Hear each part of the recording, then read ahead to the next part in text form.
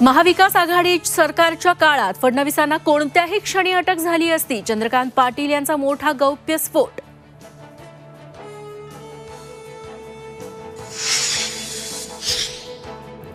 लोकसभा निवडणुकीला बटण कचा दाबा, तुम्हाला पाहिजे तेवढा निधी देतो. अजित पवारांच्या वक्तव्यानं नवा वाद. पैशांची प्रलोभनं दाखवणं आचारसंहितेचा भंग, अमोल कोल्हेंचा आरोप.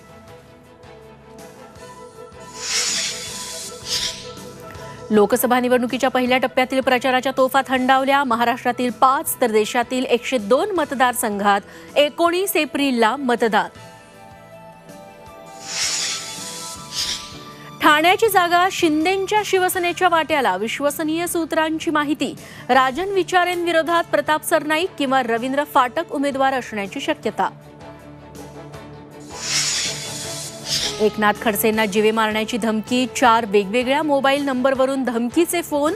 मुक्ताईनगर पोलीस स्टेशनमध्ये गुन्हा दाखल.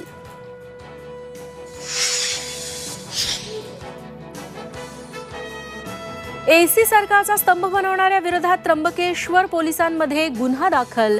झी 24 तासच्या बातमीनंतर पोलिसांची धडक कारवाई.